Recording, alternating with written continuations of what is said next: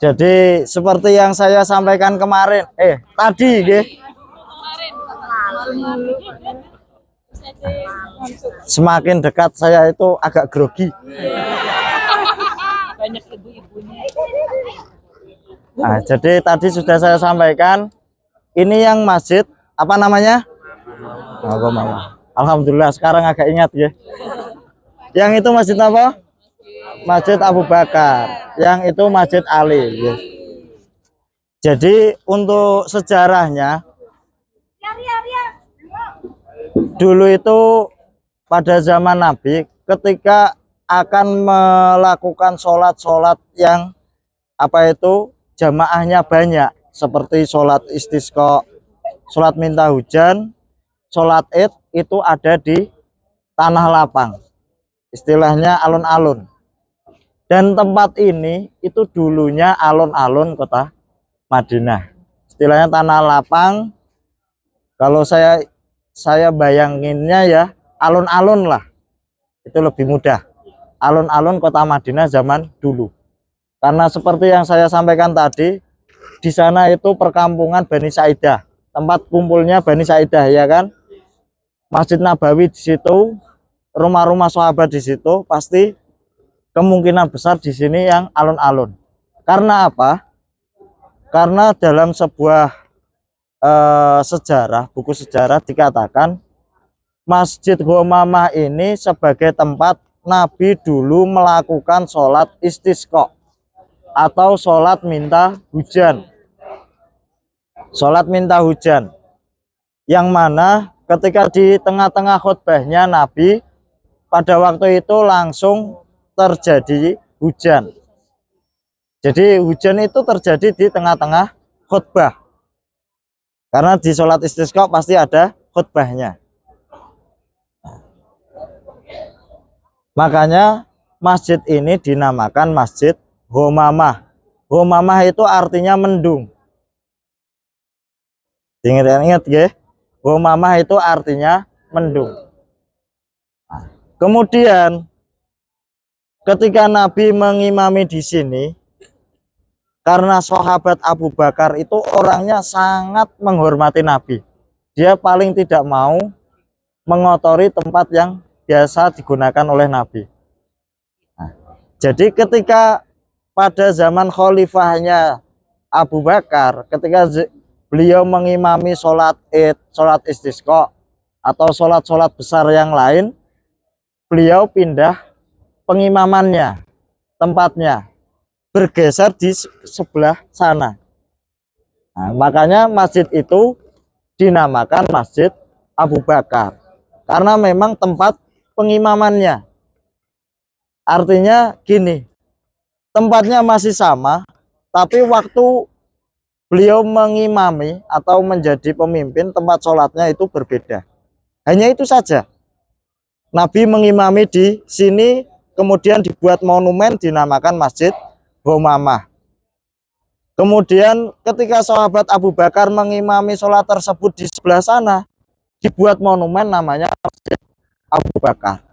Ketika Sayyidina Ali mengimaminya di sana, agak mundur lagi, dinamakan, dibuat monumen namanya Masjid Ali.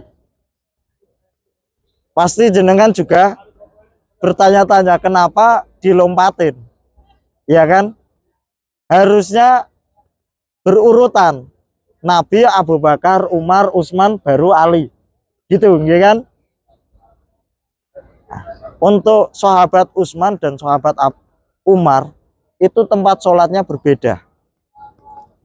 Kalau Masjid Umar agak maju malahan.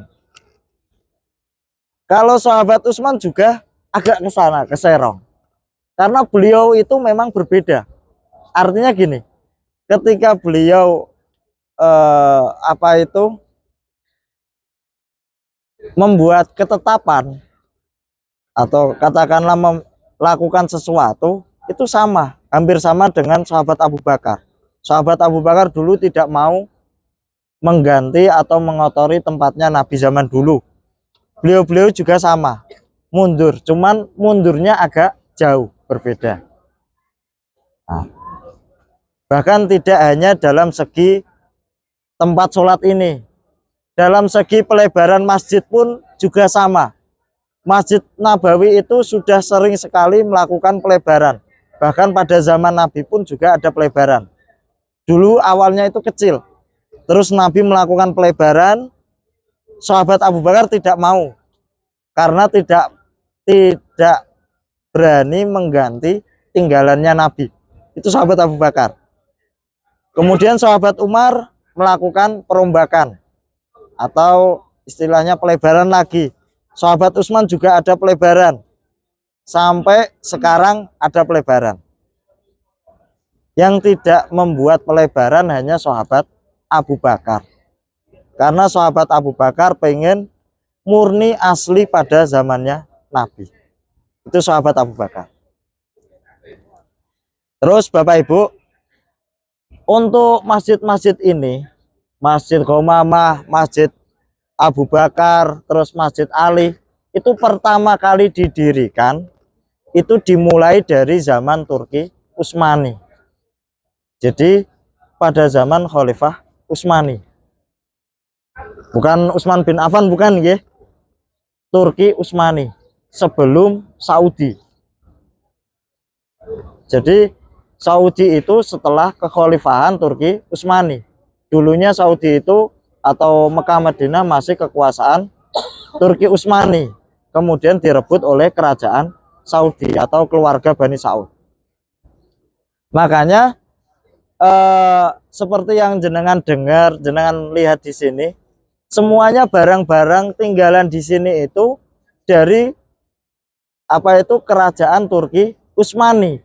Yang asli pada zaman sebelumnya itu semuanya sudah diangkut ke Turki. Tapi itu memang bagus. Artinya apa? Kalau memang tidak dipindahkan ke Turki, kemungkinan sudah hilang. Kalau di Turki dimuseumkan, bagus.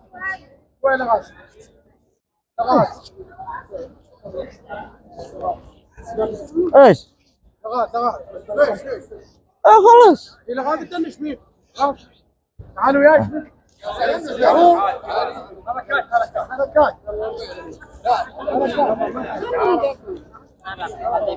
Nah, jadi astagfirullah, ada mafi khalas. Jadi biarin. Jadi begitu Bapak Ibu nggih. Jadi untuk bangunan-bangunan bersejarah itu memang mulai dari kekuasaan Turki Utsmani. Jadi mereka bagus sistemnya.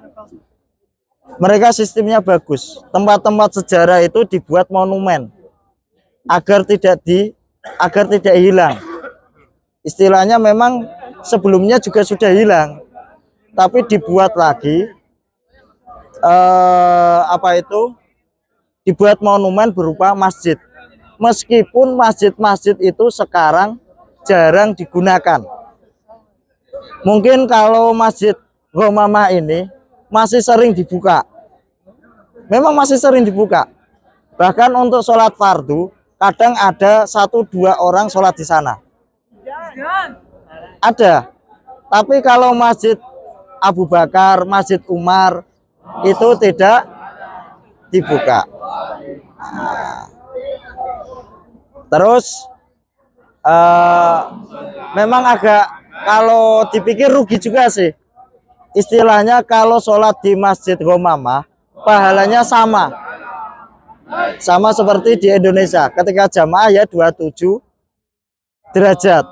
Kalau di Masjid Nabawi dikalikan 1000. Kalau jenengan disuruh milih mana?